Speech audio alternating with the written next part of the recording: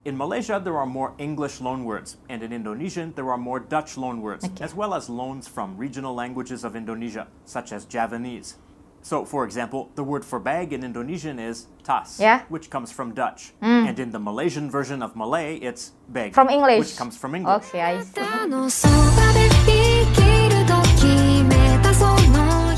Halo teman-teman semua, Assalamualaikum warahmatullahi wabarakatuh. Apa kabarnya nih teman-teman semua? Semoga sehat selalu ya. Dan kembali lagi bersamaku Rizky tentunya.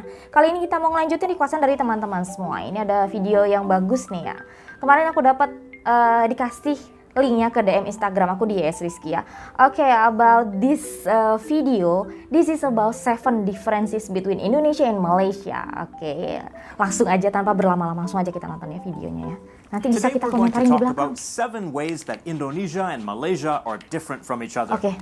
Indonesia and Malaysia are two countries that have a lot in common. They're both located in maritime Southeast Asia, also known as the Malay Archipelago. The Malay language has historically served as a lingua franca throughout both areas, and large parts of both countries were ruled by the same empires in the past, the Sriwijaya Empire and the Majapahit Empire. Benar-benar. The people of both countries use the historical name Nusantara to refer to the archipelago. They also share the island of Borneo, along with Brunei. Okay. But as the title of the video suggests, there are numerous differences between the two countries. Number 1, Indonesia has a much bigger population, an estimated 277 million people as of 2022. Of course, yes. While Malaysia's population is around 34 million people. That means that Indonesia's population is more than 8 times greater than Malaysia's. Indonesia is the 4th most populous country in the world, after China, India, and the United States. Malaysia is the 44th most populous country, give or take 1 or 2 places, depending on the exact measurement used. Dan setiap tahunnya akan berubah karena itu. Indonesia is much larger. Dari infonya Indonesia's di Google larger tentunya ya. population isn't so surprising considering the country's larger size. Indonesia has a total area of 1,904,569 square kilometers, while Malaysia has a total area of 329,847 square kilometers. That makes Indonesia about 5.8 times the size of Malaysia. But Indonesia also spans a huge area because of the space between its major islands. From east to west, it spans 5,150 kilometers, making it big enough to span the entire continental United States. And then some. Compare that to Malaysia. Number 3, economy. Indonesia has a much bigger economy than Malaysia. In 2020, its GDP was roughly $1,058 billion. In the same year, Malaysia's GDP was about $337 billion. Itu pada tahun 2020 Indonesia's GDP is 3.14 times the size of Malaysia's. But remember that Indonesia has a much larger population than Malaysia, so Malaysia's GDP per capita is higher. It was $10,412 in 2020, while Indonesia's was $3,869. That makes Malaysia's GDP per capita 2.69 times higher than Indonesia's. This is an oversimplification, but that basically means that Malaysia has a higher standard of living, at least in terms of material wealth. Number 4, colonial history. Both are former colonies, but Malaysia is a former British colony, while Indonesia is a former Dutch colony. Itu bedanya. Inggris sama Belanda. Both the Dutch and the British were establishing forts and trade posts in the Malay Peninsula and archipelago. To settle disputes over which country controlled certain areas, they signed the Anglo-Dutch Treaty of 1824, in which they decided the boundaries of which areas the British would control and which areas the Dutch would control. This treaty between the two colonial powers determined the current borders between Indonesia and Malaysia. I see. If there had been no treaty and all of the land became a colony of just one of those countries, then Indonesia and Malaysia might have been a single country today. Being former colonies of different colonial powers is a factor in several other differences between Indonesia and Malaysia. Number 5, they have different national languages. Kind of. Both Bahasa Malaysia and Bahasa Indonesia are based on Malay, but they have diverged somewhat over the past 100 years or so, and are now somewhat different, in particular in their vocabulary. In Malaysia, there are more English loanwords, and in Indonesian, there are more Dutch loanwords, as well as loans from regional languages of Indonesia, such as Javanese.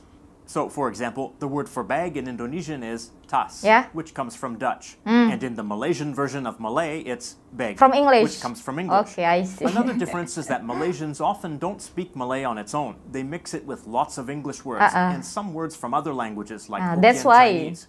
These aren't really loan words. They're not part of standard written Malay, but rather people code switch in an improvised manner. Something similar happens with Indonesian, but the code switching is normally between Indonesian and regional languages like Javanese, Sundanese, and so on. I see. But Chinese has also influenced some varieties of informal Indonesian. There are many more speakers of Hokkien or other varieties of Chinese in Malaysia than there are in Indonesia because 6. The racial, cultural, and religious demographics of Malaysia and Indonesia are very different. In Malaysia, 69.4% of the population are Bumiputra, Malays and other ethnic groups who are native to the country. 23.2% are Chinese Malaysians, and 6.7% are Indian Malaysians, mainly of Tamil background. These are the numbers as of 2020. Chinese and Indian Malaysians in large part descend from laborers who were brought there by the British during colonial rule. In Indonesia, about 95% of the population are pribumi, native Indonesians. And official statistics state that only 1.2% of Indonesians identify as Chinese. The number of people with Chinese roots is definitely higher, but in Indonesia, they have been more assimilated than the Chinese in Malaysia. In Malaysia, minorities are less assimilated, and the different ethnic groups have different cultural identities, different school systems taught in their respective languages, and political platforms represent the interests of specific ethnic groups, and so on.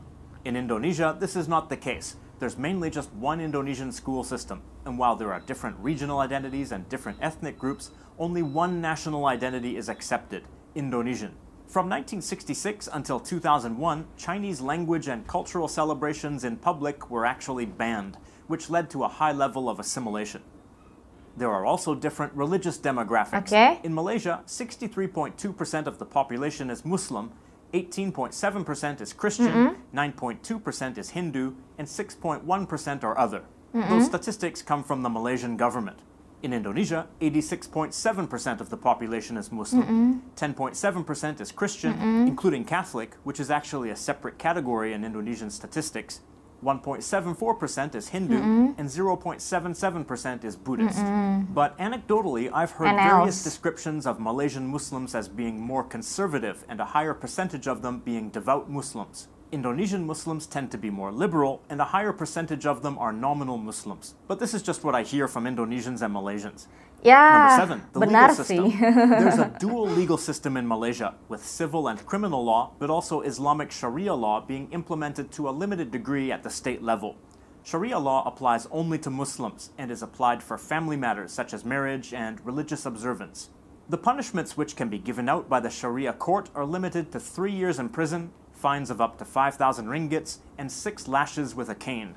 Indonesia does not have Sharia law except in one province, Aceh, on the island of Sumatra, where it's applied much more fully and strictly than anywhere in Malaysia, and applies to non-Muslims as well, at least for things that are not covered under the National Criminal Code. The right to implement Sharia law was granted to Aceh as a special autonomous province as part of the peace process with the pro-independence Free Aceh movement. In the rest of Indonesia, secular law applies. Well, it's not 100% secular, as there are explicit references to God and religious values in the country's constitution, but that's meant to reflect the various religions of Indonesia, not only Islam. And Indonesia's current criminal code dates back to the Dutch colonial period. The Pew Research Center conducted a survey in 2015 that showed fewer Indonesians than Malaysians want their country's laws to strictly follow the teachings of the Quran. In Malaysia, 52% of the population said that the law should strictly follow the Quran. Masya Allah. While in Indonesia, only 22% said that the law should strictly follow the Quran. Much of Indonesia's population does not want limits placed on its civil liberties. In 2019, the Indonesian government tried to pass a bill that would change the criminal code from the current Dutch one to an Indonesian one.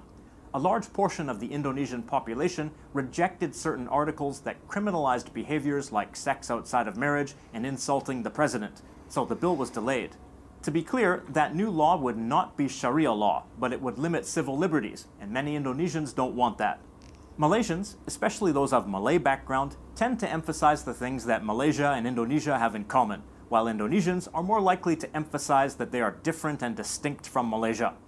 Maybe that's another difference, so I guess there are 8, not 7.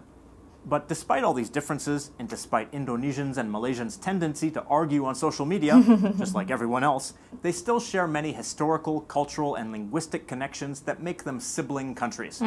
If you're from Indonesia or Malaysia, do you agree with the differences mentioned in this video? Are there any other differences you'd like to mention? Okay, I see. Oke, selesai. Jadi apapun itu yang ada di negara kita masing-masing, tentu saja keberagaman, kekurangan dan kelebihan masing-masing. Nah, itu yang harus kita jaga ya teman-teman ya. Oke teman-teman, demikian ya video kita kali ini. Semoga bermanfaat. Aku akhiri dulu video kita kali ini. Assalamualaikum warahmatullahi wabarakatuh. Kalau misalkan ada kekurangannya, ada info-info yang lebih penting, boleh tulis di kolom komentar ya. Nanti kita bisa bahas kelanjutannya. Aku akhiri dulu. Assalamualaikum warahmatullahi wabarakatuh. Sampai jumpa lagi di lain kesempatan. Bye-bye, see you next time. Bye.